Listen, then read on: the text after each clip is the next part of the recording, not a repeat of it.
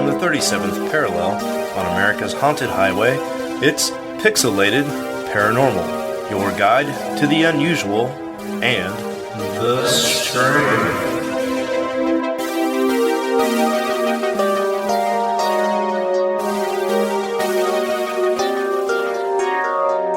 What's up, everybody, and welcome back to episode 148 and Cryptid Encounters number 14. Whoop whoop. Yeah, and with me as always is Preston. What's up, everybody? And then it's just the two of us again. Steven actually is out of town this week, so he'll hopefully be joining us again on the next episode. But he's out there doing the Lord's work, finding me Hannibal Season 1, Volume 1 on vinyl. So, hey, did you see that through the sheer will of the fan power alone that they bothered the fuck out of Netflix? So Netflix is actually developing Season 4? No way. No way. Really? Yeah. So Steve told me, first of all, everybody listening, if you haven't watched the Hannibal television show, now is your chance. If you have Netflix, you have to do yourself a favor and check out the Hannibal TV series. Yeah. It's just something just completely fucking phenomenal. And the soundtrack alone is worth watching the show for. And I mean, that's just a very small fraction of what makes that show so amazing. But no, Steve told Shayla and I last month when he came over that was the hope, is that it would launch a huge, uprising in the amount of interest that show had. And then hopefully Netflix would do kind of like Breaking Bad and maybe make at least a mini movie, or a mini series, because Brian Fuller has always said he could do a series 4 even in like a 4-part mini series or just maybe 4 episodes just to maybe wrap up the story, because he wanted to finalize the entire series with Silence of the Lambs. And unfortunately, NBC cut him short because of politics, and he never got to make that 4th season. So, yep, they just announced that Netflix is they're listening to the fans for a change. You guys want it? We're going to give it to you. I almost wanted to stop recording this to celebrate. I've been wanting that for so long, dude, because you watched Hannibal fairly recently, right? Yeah, we just finished up season 3 with the Hobbit guy in it maybe like 7 months ago. So, yeah. The old red dragon. Man, I really, really hope that you are right. I'm not going to go on and read any news yet, although I kind of want to. Well, I will share the article with you, and you can read it at your own leisure. So I will do that. I will certainly do that, man. Speaking of news, we want to give our first shout out of the episode to our buddy Adam. Adam brought to us the news story for this episode. West Virginians are campaigning to replace Confederate statues with Mothman. Fuck yeah. So first of all, yes, we say, fuck yeah, West Virginia. So the article goes on to say, Jay Sisson, a 30-year-old teacher who lived in West Virginia his entire life, makes a point to decorate his 9th grade classroom with storied champions of the state's past. The brave but often misunderstood heroes pinned to the walls represent a certain rugged individualism and perseverance that inspired him as a child, and he hopes they do the same for his students. It's also no coincidence all the heroes on his walls are cryptids. Sasquatch, the Flatwoods Monster, and most importantly, Mothman. He says, I want my students to love their home, to make it better despite the problems that exist here. I want them to see the good that exists here. I want our community to beat the odds, and the Mothman can embody that spirit because it's ours. It's a symbol for something bigger. Now, it's not surprising, then, that Sisson has joined the growing chorus of West Virginians demanding the state replace all the Confederate statues with Mothman statues instead. As a West Virginia native, I'd like to think that we're all spiritually connected to him, explains a 24-year-old named Brenna, who spurred the movement on this viral tweet. Brenna goes on to tweet, starting a petition to replace every Confederate statue with Mothman. Next up, a following picture here from Rage of the Devils tweeted, "Good night, alt-right," and it shows the Mothman encroaching on the silhouette of a man who's fallen down. Jay joins the campaign saying, "Tear down Stonewall Jackson statue and replace it with another statue of West Virginia's own mascot and son, the Mothman. Repeat indefinitely until all Confederate monuments are replaced. This is the way." And I think it'd be awesome, instead of completely destroying all the old artwork, that if they kind of melded the two together. So in like certain cases, like, the bottom half would be the original statue, but then that statue would then be repurposed into like the top half being like some crazy fucking Mothman with like a Colonel Sanders mustache and like. Oh, that'd be cool, man. Or just lob off the old statues at the waist and just build on your Mothman from the waist up. Yeah. That's a point that needs to be made, and we don't stand for any of this racism bullshit at all. So hear me out here. No matter what those statues represent, if it's pure evil, if it's hatred, racism, all that, they are still pretty decent works of art. Take away the substance. Yeah. The person who sculpted that did put a lot of work into it. So, it should be noted here that the statues were works of art, although their meaning is complete and utter bullshit. Yeah, repurpose that history so that you still have that artist's work in place, but you've changed the meaning of it. You made it something, better. And I think that'd be an awesome way to do it. Yeah, I think that's a great idea, man. Or the article goes on to chop say up the statue into like little like body parts and have the severed body parts and then Mothman on top of it. So just have Mothman tearing apart these old Confederate soldiers. Yeah. It's not just some flash in the pan shit post either. To many West Virginians, Mothman carries more significance than any Confederate general. In fact, the legend originated in the town of Point Pleasant, where locals spotted a man-sized bird creature prior to 1967's Silver Bridge collapse that killed 46 people. Now, we all know the story of that. We did a cryptid encounter on Mothman. From there, the story of the Mothman spread across the country and became an urban legend of sorts. As Mothman continues to appear around major disasters, i.e., the 1999 Russian apartment bombings, I didn't hear about that, and attracted Hollywood's interest via the Mothman Prophecies, starring Richard Gere and Laura Linney, based off of John Keel's book Mothman Prophecies, West Virginians officially accepted the winged creature and, of course, into their hearts.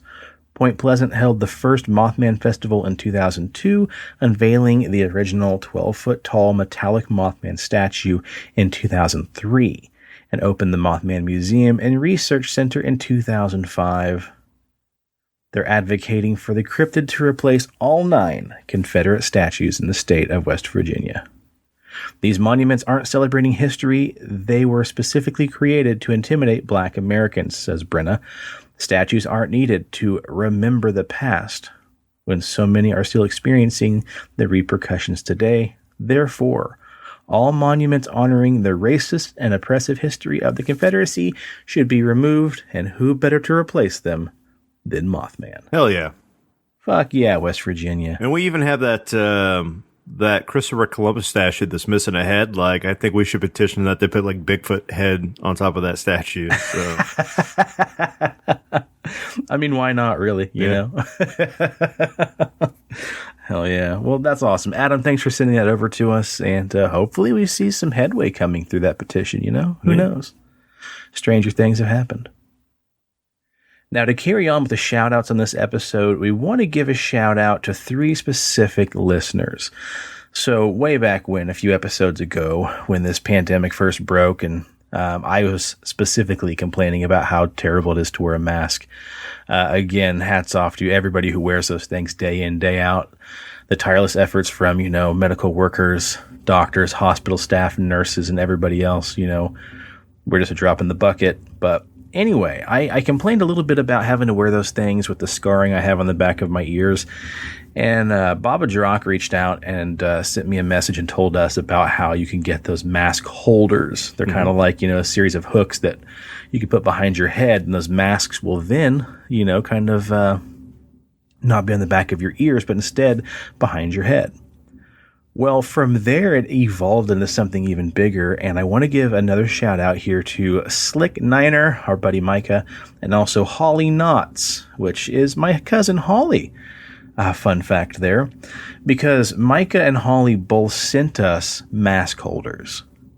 So after mentioning on that episode, you know what Baba Draka told us about, Micah 3D printed some and mailed them to us, and so each of you guys all have, the three of us have one. Yeah.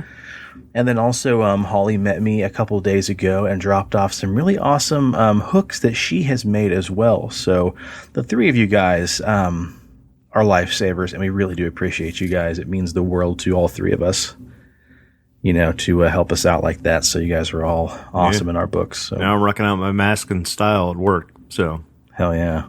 And I can hear again. So yeah, we appreciate that, guys. Presto, you got anything else at the top of the episode? No, I think I'm good. Cool, man. All right. Well, let's just get into it then. So far on Pixelated Paranormal, we've talked about what goes bump in the night. We've discussed things that are lurking in the woods, the swamps, the mountains. Hell, we've even talked a little bit about what's in the water.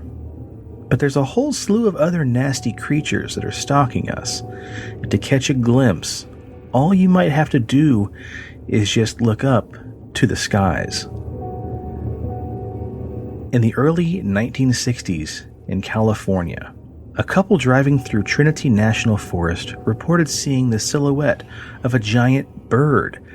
They estimated to have a wingspan of 14 feet.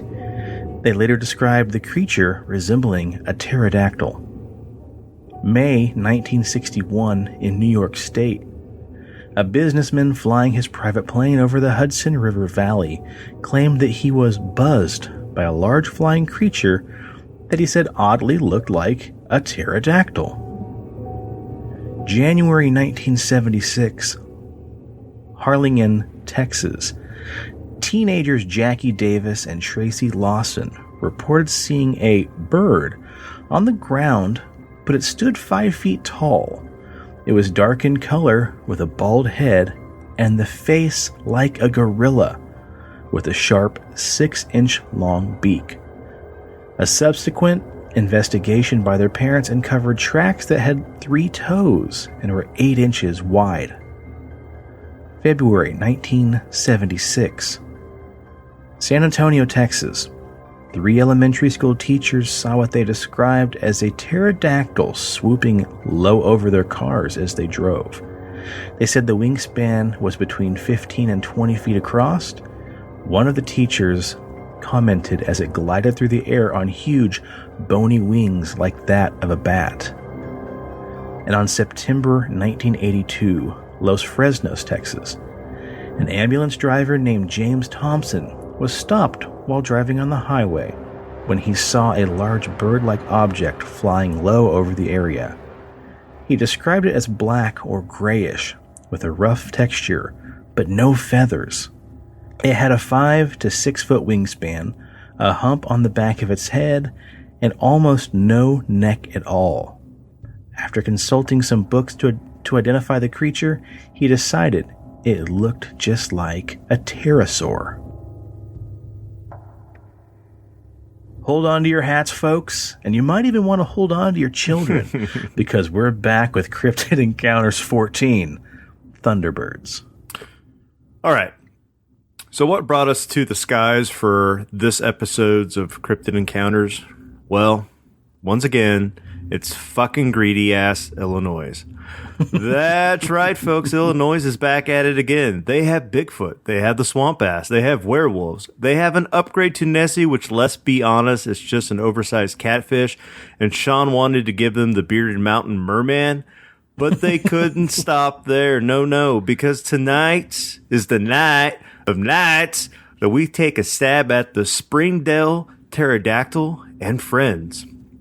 Now, this cryptid is kind of tricky to cover, and maybe it's because it hasn't been around long enough to get the classic folklore treatment like our other cryptid encounters have. But it didn't seem like there was a lot of stories with concrete dates. There's not a lot of details. Just one simple commonality throughout all these stories. Some people saw something big and freaky in the sky.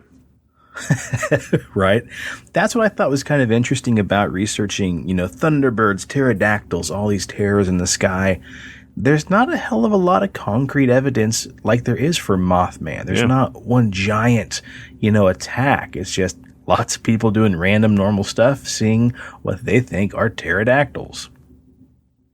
Well, without Steven here on this episode, we're not going to be able to rely on his big old book of bullshit to find out more about thunderbirds and pterodactyls and the like. But have no fear, because I'll just dip into old Jordan Keel's Strange Creatures from Time and Space You mean for just a little bit. John Keel, not Jordan Peele? What did I say? You said Jordan Keel. Oh, my God. I've been watching a lot of Key and Peele lately. Forgive me. Let's try it again. I'm just going to jump here into John Keel's book, Strange Creatures from Time and Space, for a little backstory. So one modern traveler in Africa claimed to have heard about a living pterodactyl. In his article, Do Extinct Animals Still Survive?, published in an issue of Popular Science back in 1959, Everett H. Ortner relates the following tale. Frank H. Mellon heard from the natives of northern Rhodesia of a fierce creature that lived in a nearby Giandu swamp. It was like a bird, but not exactly a bird. More like a lizard with wings like the skin of a bat. Mellon noted this down, but only later did he realize its hair-raising implications. The beast's wingspan, they said, was between 4 and 7 feet across. It had no feathers at all, but instead, the skin was bare and smooth, and it had a beak full of teeth. Mellon was astonished. He said what he had here was a complete description of a pterodactyl, a giant flesh-eating flying dragon known only to paleontologists, and supposedly it's extinct for 10 million years. When Mellon showed the natives pictures of the reconstruction of a pterodactyl, they all nodded and muttered excitedly, "Konamato! Konamato!" It's not very likely that pterodactyls are still crawling occasionally out of ancient caves to glide over Coney Island and terrify citizens of Ohio Valley, but some kind of winged, unbelievable creature has been doing just this. Could it be the mighty Thunderbirds? Indian tribes from Mexico to Alaska hand down ancient stories about a bird so huge it blacked out the sun as it flew over. There have been a few scattered modern reports of some flying behemoth buzzing isolated ranches in the southwestern United States. But these have been reported in fragments and very poorly investigated, when investigated at all. As with most of these stories, we're faced with a series of possible explanations. The stories could in fact be a pure myth and legend and have no basis at all, or that actual phenomenon was misjudged and misinterpreted by the observer. Thus, an Indian who wandered too close to a nest could have been attacked by an angry eagle, or, when he retold the story later, he could have maybe lied about the size of the bird. All of a sudden it grew bigger to make the story a little better. Some of these stories were based upon appearances of UFOs. Since the Indians could not conceive of any machine-like object in the air, they could have easily interpreted these creatures as being some kind of great bird instead of simply a flying saucer. The Thunderbird is supposed to have had a wingspan of 20 or 30 feet, and enjoyed dining on small children and old people who could not run fast enough to get away. As the name implies, the bird was often accompanied by a thunderous noise, a roaring flap of its wing, a factor that lends some credence to the explanation. A fourth possibility is that a dragon-like creature may have existed on the North American continent in early times, and that the Thunderbird stories are simply based on ancient encounters of dragons. In any case, the early settlers heard the Thunderbird stories and helped to perpetuate them. Then, during the slack of news periods, the Tombstone, Arizona Epitaph published the marvelous Thunderbird tale which has become a classic and delighted several generations of monster fans. It seems that two cowhands were out in the Arizona desert one day when they came upon a weird apparition floundering about in the sand. It had a long snake-like body, mounted with unbelievably long wings. Two bony claws extended out in front of the wings, and its head was like an alligator, with eyes the size of dinner plates. It was ill or wounded, or something dragged it around to the ground and left it there. The cowboys' horses snorted and tried to bolt away. By the time the men got to their horses and got them under control, the thing had made a clumsy takeoff, flown about half a mile, and then collapsed again in the hot sand. The cowboys pursued it and pumped their rifles into the quivering giant, finally killing the beast. Then they measured it by pacing it off. It was, as they reported, 92 feet long and 52 inches in diameter. The wings had a span of 160 feet. Fuck me. And just for size reference, a B-52 bomber has a wingspan of 185 feet. Jesus. And the creature's head was 8 feet long, with enormous jaws lined with razor-sharp teeth. The wings were of a thick, translucent membrane and had no feathers, scales, or hair. The body itself was smooth. After making these scientific measurements, the cowboy sliced off a tip of the wing and headed for Tombstone. The newspaper said that plans were being made to go back out, and the skin of the thing could be used as a cured hide and then shipped off to a museum. At the end of the story, as all good cryptid encounters happen, all efforts to locate and follow up with the body to unearth additional information, possibly surviving witnesses, or to even locate the ultimate fate of the wingtip have all failed. Huh. You have a non-big book of bullshit right there. I've got a big book of some typos and a little bit of grammatical errors, but plethora of fun stories. Yeah. I like it. Hell yeah. All right, so there are a few differing opinions on when exactly the first encounter with the Springdale pterodactyl occurred. So my best guess on the first modern encounter, nudge, nudge, was probably back in summer of 1977. However, there are a couple before that, but we'll get to that later because we don't want to digress and beat around the bush. Anyways, giant birds. That's why we're here. They were seen above several spots in central Illinois. The most sensational reports came out of the city of Lawndale near Lincoln, where a condor-like bird with a 10-foot wingspan dropped out of the sky and grabbed a 10-year-old boy in its claws. It began to fly away until the lad's screaming mom spooked the bird. Then he dropped the fucking kid and flew off. Believe it or not, this story was corroborated by multiple witnesses.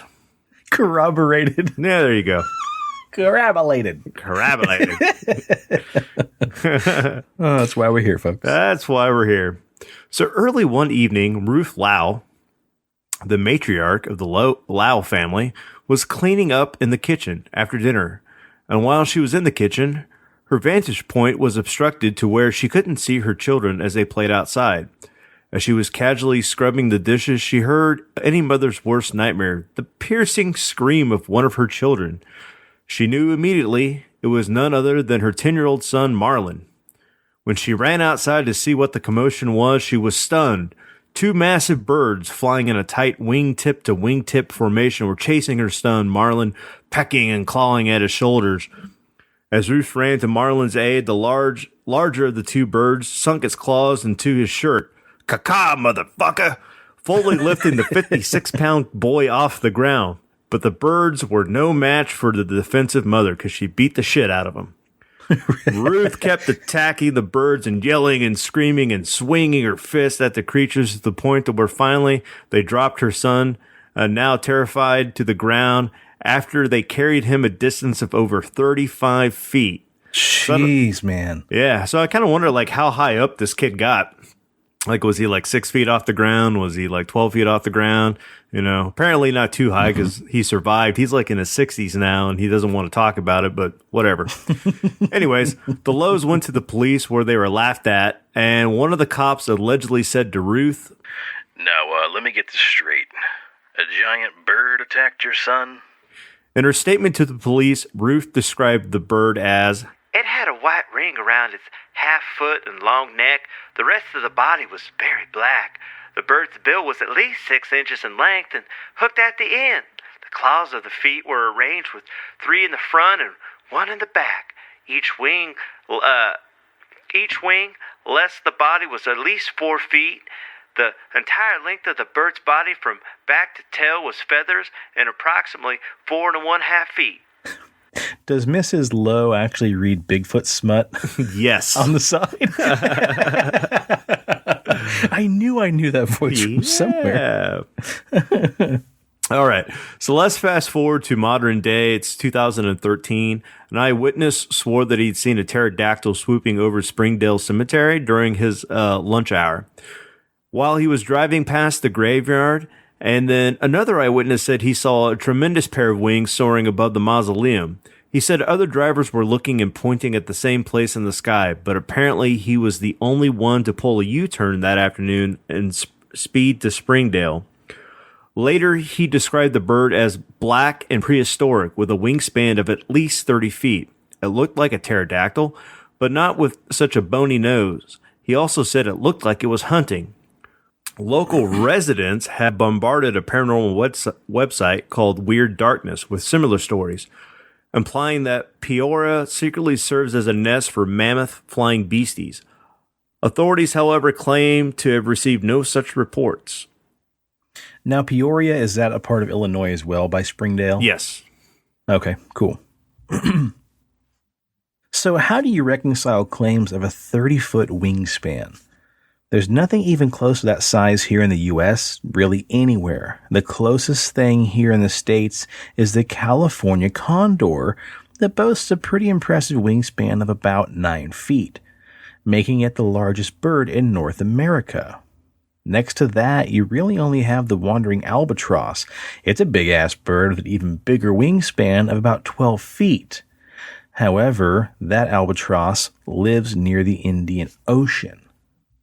Now, as with most of these bizarre eyewitness testimonies, sightings are often a matter of perspective, kind of like John Keel said.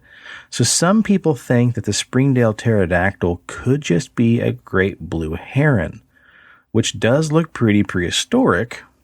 The great blue heron stands about 4.5 feet tall and have a wingspan of about 7 feet. Still a pretty big damn bird, but still a far cry from a 30-foot wingspan of the proposed pterodactyl.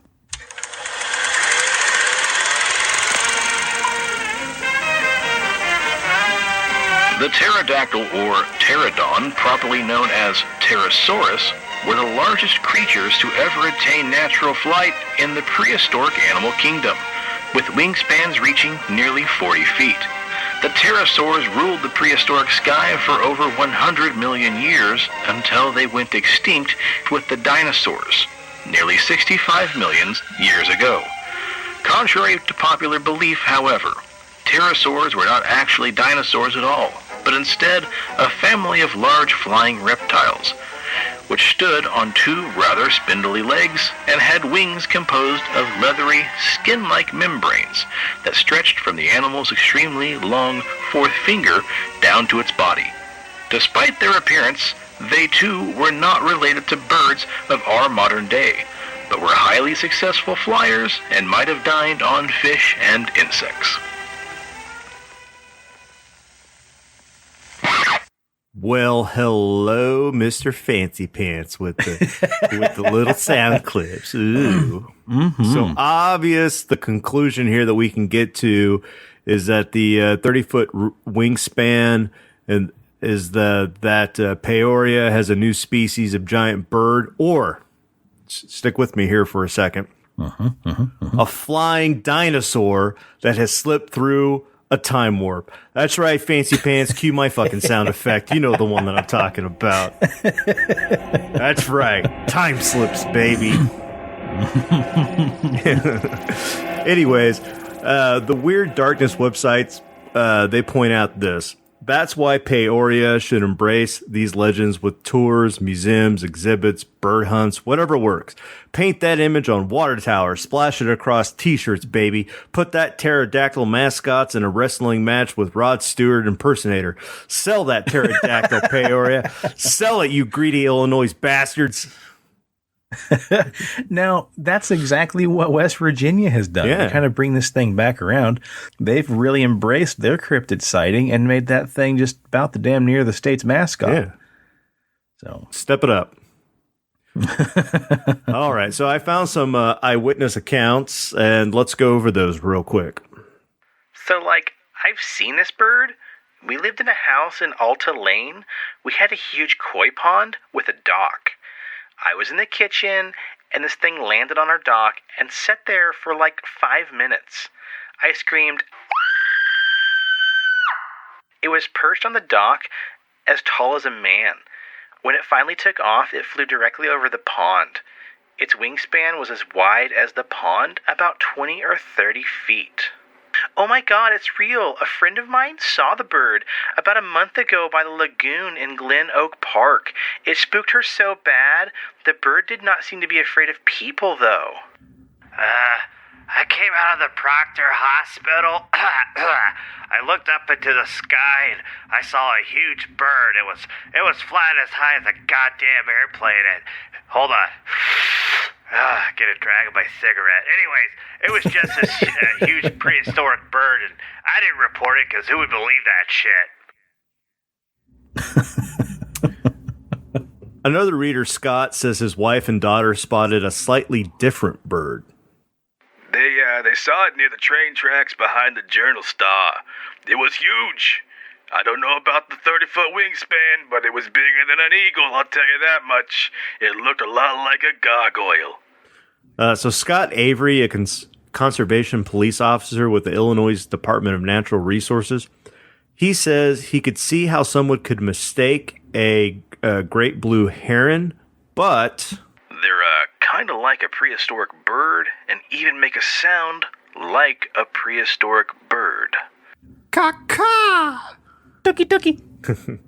But Avery says he has heard of no reports of any massive birds, herons, or otherwise flying through Peoria, and he can't explain what people think they've seen.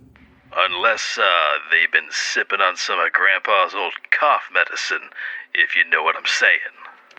Another eyewitness, Leanne, says that she doesn't think much about such things because people will think that she's crazy. I frequently walk through the woods that run through the cemetery. A month or so ago, my friend and I were in the woods when a giant bird had swooped down, and its massive wings hit the tree on its way. I threw a rock in its direction, and it made a noise similar to a dog barking. Then it flew back up into where it came from. I've heard that barking noise coming from the same area every time I'm out there. I'm almost positive I know where it lives. Ooh. Now, here's what's interesting, too. In that case, you talking about a dog barking noise coming from the creature. I just found this right before we recorded, so I didn't get a chance to read the story. But Linda S. Godfrey, in her book, I Know What I Saw, talks about a guy supposedly who encountered flying dogmen in Hawaii. Ooh. I'm still going with time traveling pterodactyls because it just... Fair enough. But look, it might not all be a big steamy pile of Chicago bullshit, because while some modern day encounters might be shaky and not that informative, I might have stumbled upon something that we can tie it all back together with. So legends abound in Illinois about mysterious giant birds, and they can actually date all the way back to the Choctaw tribe, an advanced and largely urbanized chiefdom on the banks of the Mississippi River that teetered out around the 13th century. Now, the cosmology of the Chakotay tribe is filled with fantastic creatures, motifs of serpents, dragons, and monstrous birds that dot the cliffs around the former Chakotay heartland, serving as a religious purpose and also warning strangers of the potential foes that they were entering in Chakotay territory. So, the Chakotay territory at the confluence of the Illinois and Mississippi rivers dissipated in the 18th century. The most famous of these cliff drawings is what's known as the Pasaya bird, a massive drawing etched into the limestone cliffs outside of the town of Alton, Illinois. It was first described in 1673 by the Jesuit missionary Jacques Marquette. Jacques Marquette, as he was exploring the area. The image clearly shocked Marquette and his party to the core, as he wrote in his journal. We saw upon one of them 2 painted monsters, which at first made us afraid, and upon which the boldest savages dare not long rest their eyes. They are as large as a calf. They have horns on their heads like those of a deer, a horrible look, red eyes, a beard like a tiger's, a face like a man's, a body covered with scales, and a long tail that winds around the body, passing just above a head and going back between the legs, ending in a fish's tail. The original... thing sounds like a fucking Quetzalcoatl. Yeah, I know. And that picture that I sent you today is basically the recreation of that, so we can post that with the show notes. Oh, yeah. Anyways, the original depictions of the bird were described as some sort of hybrid reptilian thing. I mean, later it became more bird-like, but if you look at the actual what's on the side of the mountain, it's like a fucking chimera. It's like, I don't know how to describe it. It's weird. Yeah, that's what I was thinking too, a chimera, yeah. It's kind of like a Japanese or like a Chinese dude, an Egyptian dude, and a Native American dude all got together, got drunk, and they're like, let's fucking paint the mountainside. And each one took a turn and just started like adding shit, right? Yeah. Anyways, the Chakotay tribe calls these birds Thunderbirds for the sounds that they make when they flap their giant wings. Considered to be highly intelligent, these creatures alternated between preying on and assisting the tribe whenever they pleased. The Thunderbirds, or the Thunderbird figures prominently in the legends of other plain tribes as well, including the Lakota, who believed that the birds embodied the supreme being that created all living things on Earth. By the 19th century, the original drawing had been completely destroyed by weather and vandalism, though it has been consistently redrawn and carefully maintained since then, based on the sketches of the original drawing. In the 1940s, there was a rash of sightings of massive birds around Alton, not too far from the Pasay drawing, and on April 4th, 1948, an Army colonel named Walter F. Sigmund saw an astonishing sight as he was conversing with a local farmer. There was something wrong with my eyesight, but it was most definitely a bird and not a glider or a jet plane. It appeared to be flying northeast, and from the movements of the object and its size, good God, I figured it had to be a bird of tremendous size. So just a few days later, on April 10th, there was another sighting in the skies above Alton. A brief one, but on April 24th, the birds were back, and this time, many people saw them. Flight instructors at the local airport said the largest of the birds cast a shadow as big as a Piper Club from 500 feet up. So I don't know how big a Piper Club is, but let's just assume it's pretty fucking big. At least as big as a B-52 bomber. Yeah, there you go. Other eyewitnesses maintain that the birds were as large as small airplanes and far more humongous than any eagle they had ever seen. As sudden as they appeared, the birds were gone, never to return until the summer of 1977 when they tried to eat that fucking kid. Huh. Yeah. That's funny. That story of that kid getting, picked up and flown 30 feet. I've read that in like 2 or 3 different books. Yeah. It seems to be a pretty damn common story. Yeah. And that kid's still kicking. He's in his 60s now, and he refuses to talk about the whole ordeal. I think before his mom died, she agreed to do an interview, but I had a hard time tracking it down. But the kid's still alive, and he'll admit that it happened. He just doesn't want to relive the terror. So yeah. Huh.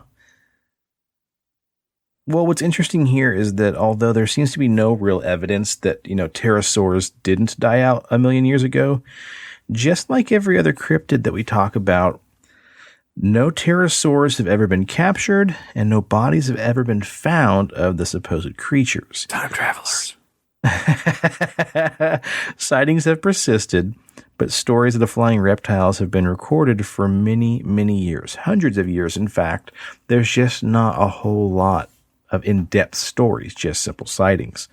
Some people think that the stories of the Thunderbirds could explain mythical dragon sightings all across lore of the Dark Ages as well. That they may not have actually been leathery, scaly dragons, but instead, again, pterodactyls. And then while we're researching this, I found more stories about Thunderbirds, because technically the term Thunderbird, it can either explain pterodactyls or it can explain giant feathery, giant eagles, so to speak, just big birds. And this story actually takes place up in Alaska. In the early weeks of 2018, there were a lot of sightings up in Alaska of a giant 20-foot long bird that was attacking and terrorizing people in the vicinity of Juneau, Alaska. Now, the initial report to hit news outlets, Facebook, and everything else took place on January 16th and even appeared on a Facebook page of the Juneau Community Collective. The witness who first saw the bird, her name was Tabitha Bauer, described seeing the large bird as she approached a movie theater in her community. She says, "I was driving by the movie theater in the valley, and there was a huge black bird flying above the road. The wingspan had to be at least 20 feet across. It was almost as wide as the road. I have lived here all my life and have never seen anything quite like it. It freaked me out. It was not a raven or an eagle, and this is not a joke. This thing was huge, almost the size of a small airplane. Did anybody else see it?" And that was the actual Facebook post she made. Bauer later told the Juneau Empire that there had been raindrops on her windshield, and that when she turned the wiper blades on, she looked at the windshield and then noticed the bird flying above her car. Judging the wingspan was roughly the length of the highway. Slowing down to observe the animal, she judged that it was flying in the direction of the nearby Mendenhall Glacier, and that it was the biggest thing she'd ever seen in her entire life. It was very concerning, and she said she'd never seen anything like it. The incident occurred around 4 p.m. local time.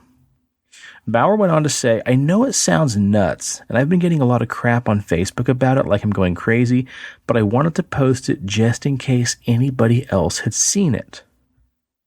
Well, other eyewitnesses in the region described their encounters with the large bird too, some of them dating back several years prior.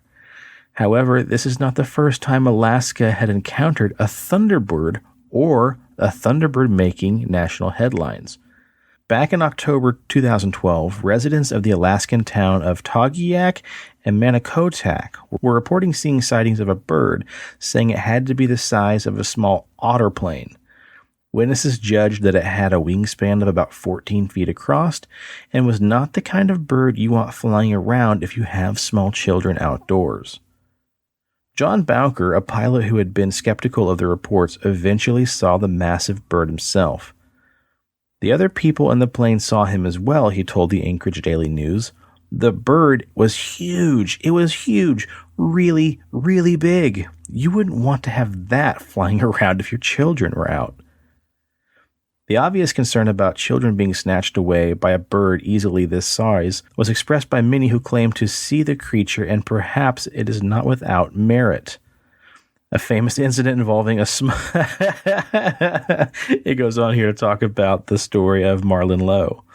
A famous incident involved a similar report of a large bird, and a 1-year-old boy named Marlon Lowe. He had several other children playing outside in the yard with him in an open area near Kickapoo Creek in Lawndale, Illinois, when Lowe was allegedly lifted off the ground by a massive bird, carrying the child for several feet. Reportedly, the mother attacked the bird, dropping the child. Okay. Jerry D. Coleman had been the first investigator on the scene of the incident, and over the years since, his brother, cryptozoologist Lauren Coleman, has chronicled this and other similar reports of thunderbirds. Writing about the recent Alaskan incidents in his CryptoZoo news blog, Lauren gave some historical context about the recent sightings near Juneau. The late cryptozoologist Mark A. Hall documented in his book Thunderbirds, America's Living Legends of Giant Birds, that ethnographic and arthropological investigations published in 1870, 1874, 1881, and 1904 told of thunderbird reports in Alaska. The accounts were from the Tlingit in the Alaskan Panhandle and at Sitka near the Mount Edgecumbe at the glacier near Katala, and from the Diomede Islands near a mountain near these names are brutal. Sobotnisky, and around Kotzebue Sound, Alaska. In other words, there's quite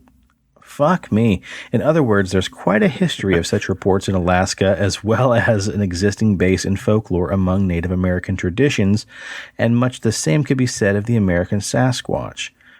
Fish and wildlife biologist Steve Lewis suggested that the bird witnessed by Tabitha Bauer was most likely a bald eagle, although Steller's eagle cannot be ruled out either, as this species is known to exist in nearby parts of Alaska as well.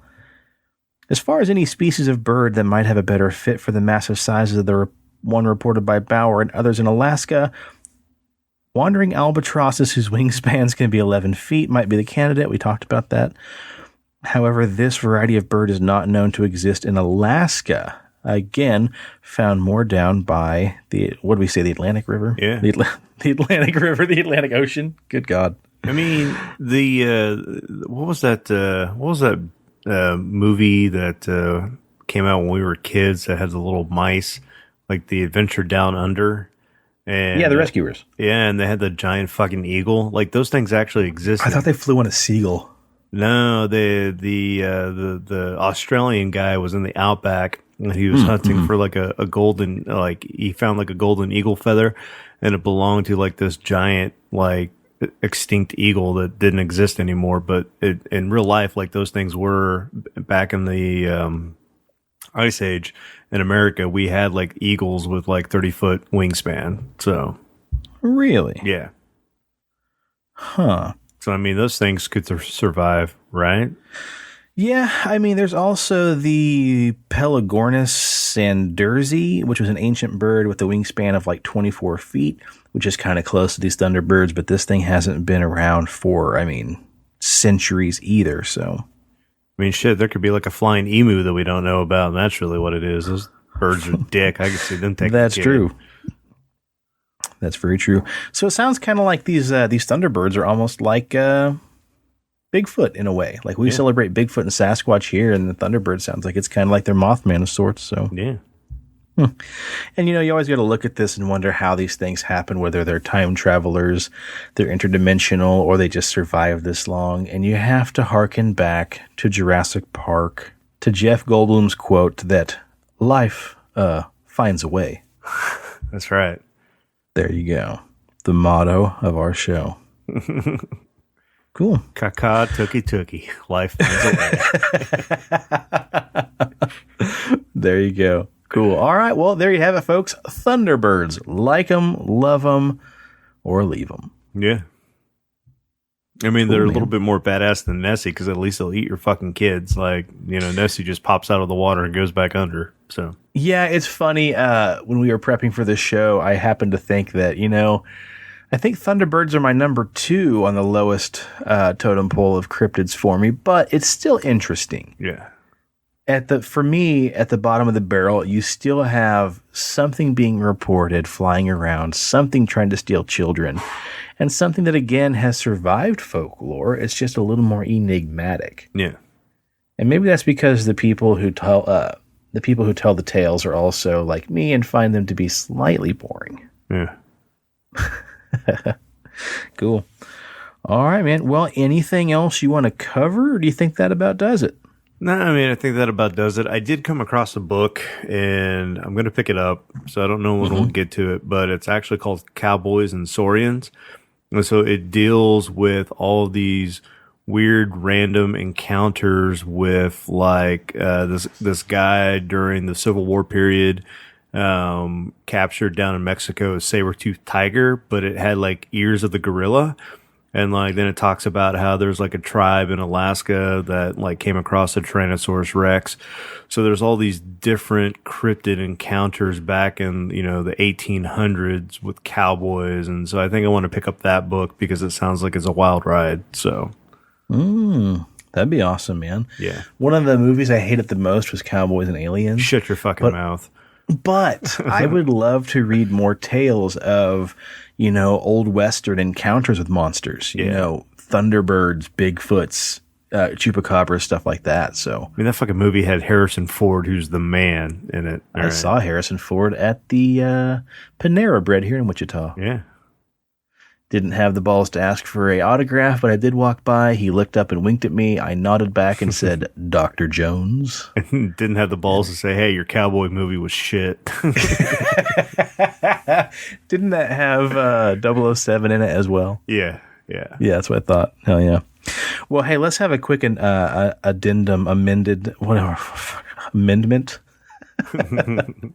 Let's have a quick update here real quick on our Hannibal chat from earlier. On comicbook.com, I read that article you sent me. And it says here, Netflix has been the go-to spot for shows canceled too early, having saved shows like Lucifer and Longmire in the past. Netflix hasn't said anything about making more Hannibal, but fans have noticed what they believe to be clues, maybe indicating its return. The main evidence is here. At least in the eyes of folks online, Netflix has been dedicating actual time to fixing little issues in Hannibal. The previously incorrect subtitles are now accurate. Certain scenes have been brightened to provide clarity that viewers have been begging for. So it could be possible Netflix is taking better care of Hannibal because it does plan to have a future with it. Ooh. And fanables have been flooding Twitter all over the last few weeks with cries for Netflix to renew the series. However, hidden within all those pleas for a resurrection are those who think there's evidence to support their requests. One tweeter says, these changes that Netflix is making in the episodes, like subtitles, brightness, say a lot. They're listening to us. If they don't have plans for a show in the future, why would they worry about these details? Hopefully they are. How is that Netflix handling Hannibal? It really does seem promising. Changing thumbnails, fixing subtitles, increasing brightness, uncensoring scenes. Ooh, shit. Wait, what? Yeah. Oh, buddy. Etc. They're really listening to fans and showing it commitment. They wanted to revive it before, but didn't have the rights. Well, they do now. So if that's the case, boy howdy, I am fucking excited because, I'm excited to watch Hannibal if it's actually going to be longer and uncut. Yeah, you're chubbing up a little bit. I'm shoving up a lot of bit. Anyway, this is not a podcast about chubs. Unless it's Bigfoot's chub. It's about two chubby guys talking about monsters. Cool. All right, well, let's plug some shit and get out of here. Of course, if you haven't watched it already, check out Hannibal on Netflix. You have no excuse. Anthony Hopkins may have been the original, but Mads Mikkelsen is my Hannibal. That's right. Cool. All right, check out the rest of the shows on the Pixelated Sausage Network. Check out Mark Solo's show, Pixelated Sausage. Check out his Attack the Backlog series. Check out Animazingly Baka if you like anime. Check out our Instagram, PXL Paranormal. That's where we post all the episode companion guides, updates, announcements, everything else on the Instagram. We are on Twitter, though we barely ever use it. But we're also on Facebook, and we got a pretty nice following, so I want to say a huge shout out, a huge hello to everybody following us on Facebook. because we do post the Instagram posts, go straight to Facebook as well. And then we want to remind everybody, this is episode 148. We only have one more episode before we hit the landmark 150th episode.